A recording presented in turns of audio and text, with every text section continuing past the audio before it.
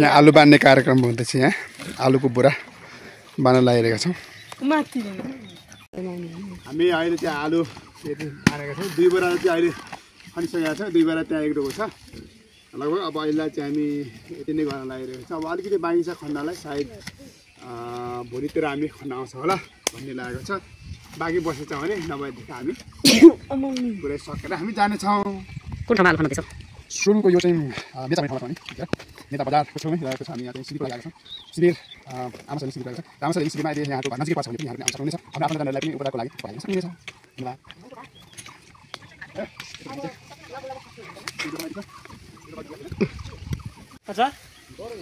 आलु यति भएको छ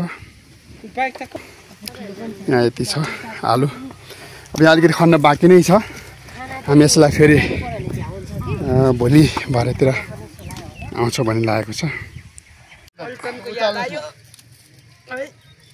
यत्रो डोको बोक्नु पनि 3 जनाले बोकाइदिनु पर्ने भूपो आर्मीलाई त्यही पनि एक्स आर्मीलाई हेर्नु है त्यत्रो भारी बोक्ने मान्छे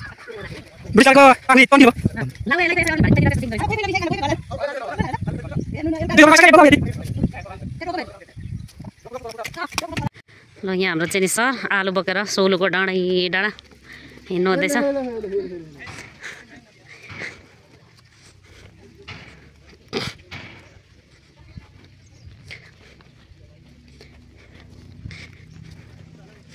अरे यो सुपर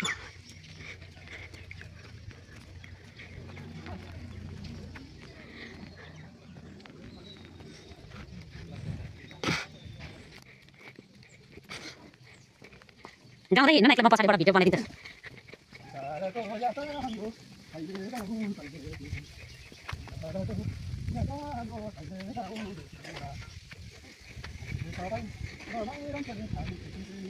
ल बा अब मैले काटेँ अब म मोबाइल पनि उचाल्न नसक्ने स्थितिमा भएको छु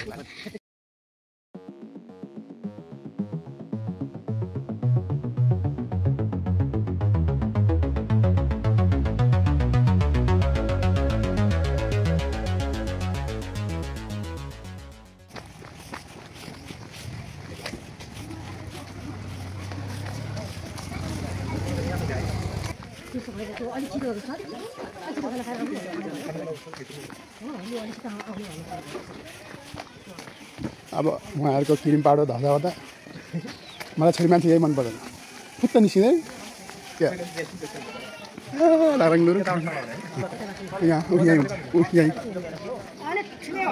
मेकअप सेकअप गर्नु पर्दैन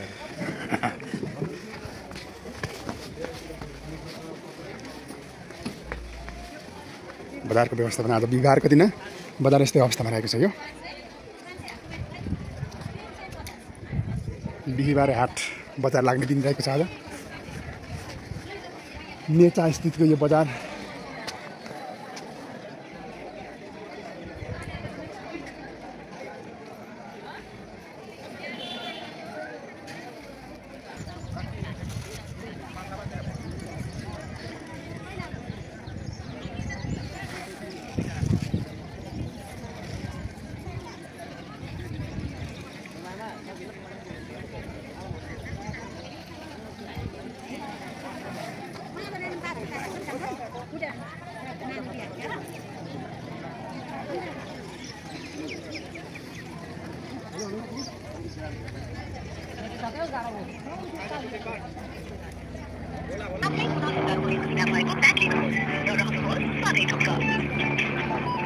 यसो तल्लोपट्टि हेर्नु पर्यो के रहेछ यो सुँगुरको बेचबिखन यहाँको यो बजार हेर्न सक्छौँ हामी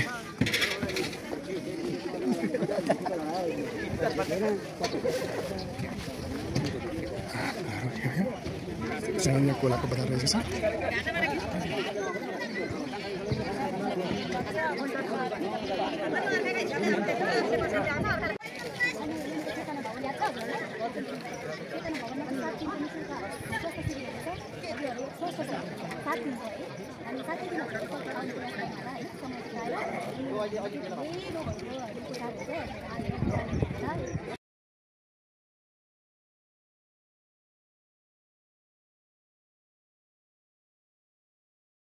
नेता सल्यानको बिहीबारे बजार रहेको छ।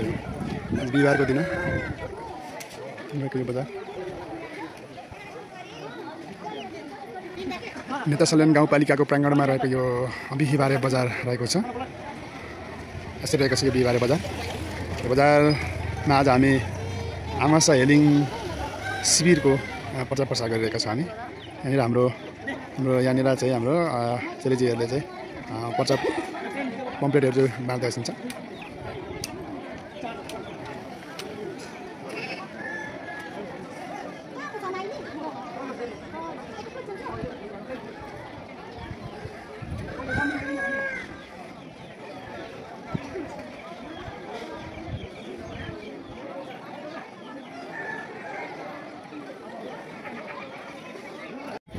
नेता सल्यान यो गाउँपालिका प्राङ्गण र बिहीबारे बजारको दृश्य रहेको छ।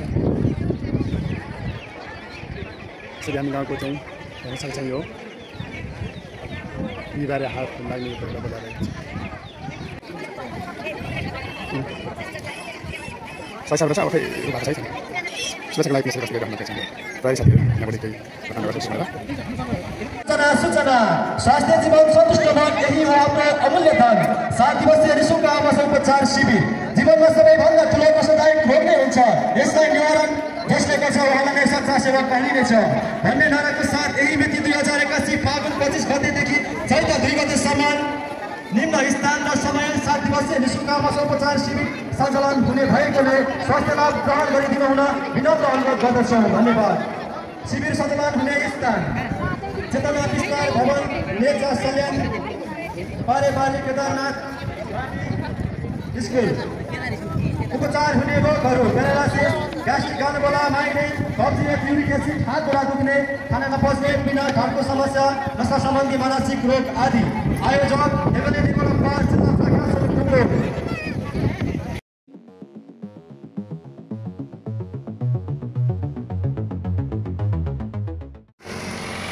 हाम्रो गाडी आइपुगेको छ। अहिले आज दोस्रो टिममा आइपुगेको छ। यहाँलाई चाहिँ हामी अब वेलकम गर्न लागिरहेका छौँ। हाम्रो सलेरी स्थितिसम्म चाहिँ आइपुग्नु भएको छ। हामी उहाँलाई एकदम वेलकम गर्न लागिरहेको छौँ। फुलमाल लिएर आउनुहोस् त यहाँ स्वागत गरौँ। खला साथी लिएर आउनुहोस्। हाम्रो विशेष गरी हाम्रो चालक सर यहाँ हुनुहुन्छ। हाम्रो है हाम्रो तेरो नानीहरू छोरीहरू हुनुहुन्छ यहाँ। हाम्रो साथीहरू जय प्रेम जय प्रेम जय प्रेम जय प्रेम। ल सबैजनालाई सबैलाई वेलकम झरौँ न छिटो खोइ। सबैलाई धेरै धेरै स्वागत छ।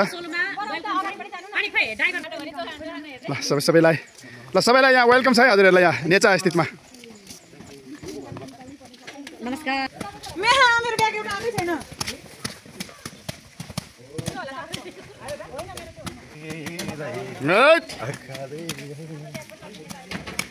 छिटो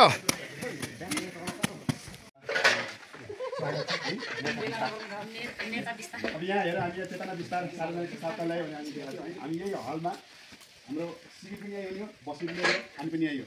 हाम्रो हामीले किचनदेखि हाल्नु पनि यहीबाट यहाँलाई थोरै सर्टकट परिचय है। हाम्रो विश्राम स्थल त्यहाँसम्म छ खाद्य स्थल है। त्यसो हुनाले हाम्रो सुताइ माथि टपमा हुनसक्छ हाम्रो धेरै तलै जानुपर्ने स्थिति छ है। त्यसो भएको हुनाले हाम्रो परिधि धेरै छैन, यति मात्रै छ। मैले गर्नुपर्छ खण्डमा अहिलेलाई हामीले दुईवटामा प्रयोजना सहित भोलिको दिन हामी बनाउनु पर्ने हुन्छ है। हामी अब यो एउटा शान्त वातावरणबाट धेरै हल्ला नगरिकन सामान लगाएर है। जाडो कस्तो छ भने त थाहा हाल्नुभयो यही हो मौसम है। जति ल्याएको त्यति ओर्लिनु धेरै हाम्रो खाल्दै